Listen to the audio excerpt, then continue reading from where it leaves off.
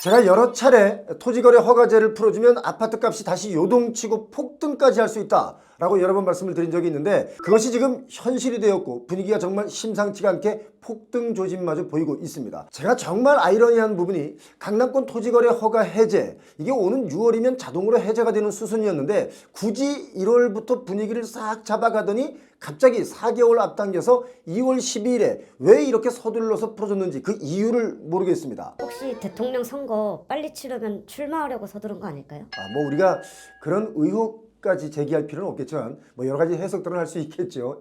아무튼 오세훈 서울시장님이 서울시장을 그만두고 뭐 강남구청장, 송파구청장, 서초구청장 이런 곳에 출마할 거라면 토지거래 허가제 풀어줘서 표를 좀 많이 얻을 수는 있겠지만, 대통령이 될 거라고 한다면 이거 풀어주면 아마도 원성이 자자할 것이다 라고 제가 여러 번 말씀을 드렸었는데, 지금 솔직히 딱 그 짝이 났습니다. 이래서 정치하시는 분들 참모를 제대로 둬야 됩니다. 토지거래 허가제 풀어주자는 참모가 누구였는지는 모르겠지만 이런 헛발질로 인해서 국민들은 자산이 늘어나는 게 아니라 빚만 늘어나고 있다는 것을 기억해 주시길 바랍니다. 오늘자 3월 19일 긴급하게 정부 부처 합동으로 나온 주택시장 안정화 방안을 보니까 서울 아파트 매매 가격이 빠르게 상승하고 있고 강남 3구에서 시작해서 서울 전역으로 아파트값 상승세가 확산되고 있습니다. 그리고 서울 주간 거래량이 아주 빠르게 증가하고 있는데 1월 대비 2월의 거래량이 한 70% 정도 급증했습니다. 1월의 거래량이 3,000건 정도였는데 2월은 날 수가 적은데도 불구하고 5,000건을 돌파했습니다. 그중에 토지거래 허가 해제 이후 거래가 64%입니다. 특히 강남구 거래에서는 거래 전체의 68%가 토지거래 허가제 해제 이후에 계약이 됐습니다. 집값이 더 뛴다라는 이런 시그널을 주는 규제 해제를 하자마자 매수 폭증이 일어나고 있는데, 이런 분위기가 강남 3구뿐만 아니라 마용성, 마포구, 용산구, 성동구 지역으로도 확산되고 있고요. 이것이 곧 수도권 전체적으로 번질 확률이 매우 높아졌었습니다. 자, 여기 자료를 보시면 아시겠지만 강남 3구를 중심으로 상승폭이 조금 확대되다가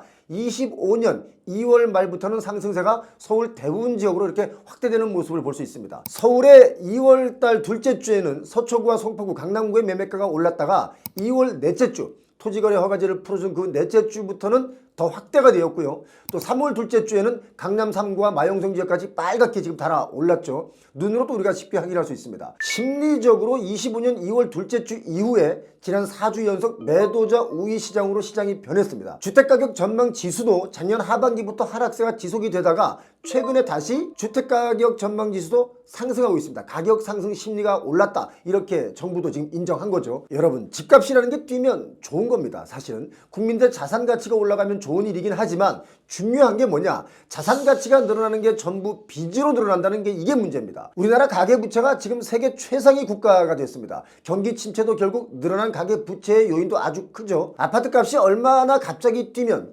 정부에서 이상거래가 없는지 합동단속을 하면서 잠실동 쪽의 어느 중개사분들은 문을 닫고 몰래 영업을 하기도 합니다. 사실 토지거래 허가제를 풀어준 것이 국민의 재산을 왜 나라에서 관리하느냐, 위헌이다 라는 이야기가 많으니까 풀어준 건데, 풀 때 풀어주더라도 제 생각에는 2년 실거주 여권자도 좀 살려뒀다면 아마도 이렇게까지는 이상조짐은 안 보였을 것이다 라고 저는 개인적으로 생각합니다. 지금 강남 3구의 갭투자가 늘어나면서 가수요가 늘어나 집값이 급등하고 있는데, 이렇게 되니까 부동산 시장이 갑자기 좀 전에 말씀드린 것처럼 매수자 우위 시장에서 매도자 우위 시장으로 심리가 변한 겁니다. 더군다나 토지거래 허가제를 풀어주면서 기준금리마저 내려갔죠. 3.5에서 2.75로 내려갔습니다. 이렇게 유동성이 다시 풀리면서 그 유동성이 어디로 갔느냐, 바로 상급지라고 하는 똘똘한 한 채 시장으로 몰려가고 있습니다. 저는 그렇게 해석하고 있습니다. 자, 이쯤 되니까 정부에서 시장 안정화 방안이 긴급하게 나왔습니다. 바로 토지거래 허가구역 재지정입니다. 그냥 재지정이 아니라 확대 재지정입니다. 자, 여기 보시면 토지거래 허가구역을 확대 지정하겠다. 강남구, 서초구, 송파구, 용산구 소재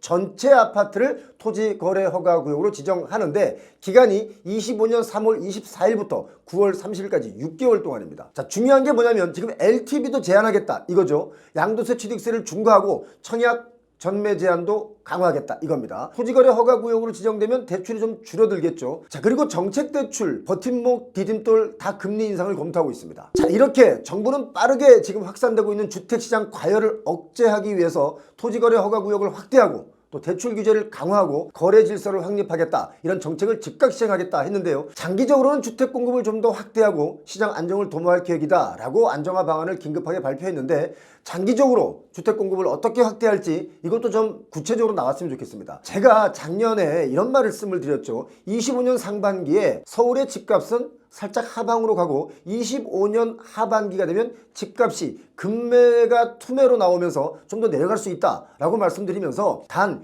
규제를 해제하거나 부양책이 나오면 다시 좀 더 들썩일 수가 있기 때문에 최고가에 올라타지 않는 것이 좋겠다, 이런 말씀을 제가 여러 번 드렸었습니다. 역시 서울시에서 집값을 폭등시키는 정책을 탁 펼치면서 다시 또 부동산 시장이 불안해졌습니다. 올해 부동산 경매 매물은 상반기로 갈수록 늘어납니다. 지금 많이 대기하고 있습니다. 지금 경기도 침체 분위기가 계속 이어지고 있고요. 가계부채 역시 사상 최대치를 갈아치우고 계속 올라가고 있기 때문에 정말 위험한 시기라고 볼 수 있습니다. 지금 전 세계 금융 전문가들도 대한민국의 가계부채 비율을 걱정할 정도입니다. 그런데 유독 서울 아파트값만 계속 오르려고 하고 있죠. 다시 말씀드리지만 이거 상당히 위험합니다. 우리는 일본처럼 부동산 버블이 안 터질 것이다 라고들 말하는 분들이 많이 있지만, 일본도요 부동산 버블이 터지기 전까지 다 그런 말로 안심을 시키다가 느닷없이 부동산 버블이 터져서 지금도 회복이 어렵습니다. 30년 동안 회복이 어렵습니다.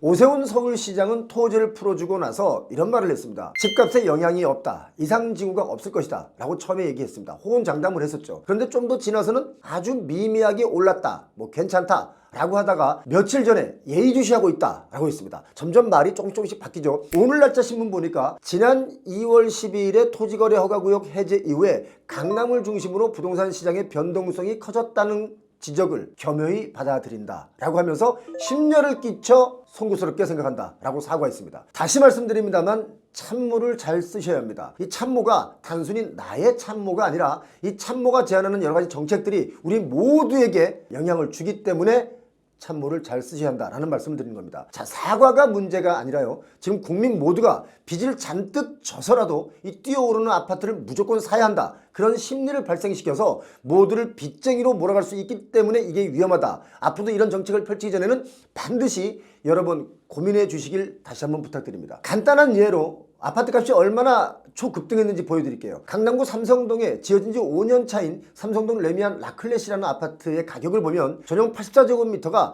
작년 8월 즈음에는 한 31억, 32억 이렇게 거래가 됐습니다. 그런데 토지가 풀리자마자 바로 36억, 37억에 거래가 됐습니다. 이 아파트 호가는요, 놀라지 마십시오. 그냥 부르는 가격이니까 40억 부릅니다. 자, 그동안 반포에는 토지거래 허가구역을 묵지 않았었죠. 그래서 반포 아파트값만 주기장창 뛰었습니다. 그 사이 강남과 송파 주민분들이 상대적으로 박탈감을 느끼니까 우리도 좀 풀어줘라 라는 의견을 많이 냈기 때문에 풀어준 것인데, 자, 풀어주자마자 반포랑 키 맞추기에 들어간 아파트값이 막 뛰고 있는 겁니다. 사실 제가 반포의 토지거래 허가구역을 왜 묵지 않느냐, 이런 얘기를 제가 여러 번 드린 적이 있습니다. 자, 반포 레미안의 원베일리 아파트의 경우 지난 21년에 전용 84제곱미터가 한 32억 정도의 거래가 됐었는데, 불과 3년이 지난 최근엔 55억, 60억 원까지 가격이 치고 올라왔습니다. 자, 그래서 이번엔 반포도 토지거래 허가구역으로 묶었습니다. 부동산 가격, 특히 아파트 가격이 불안불안하니까 이제야 겨우 묶은 겁니다. 저는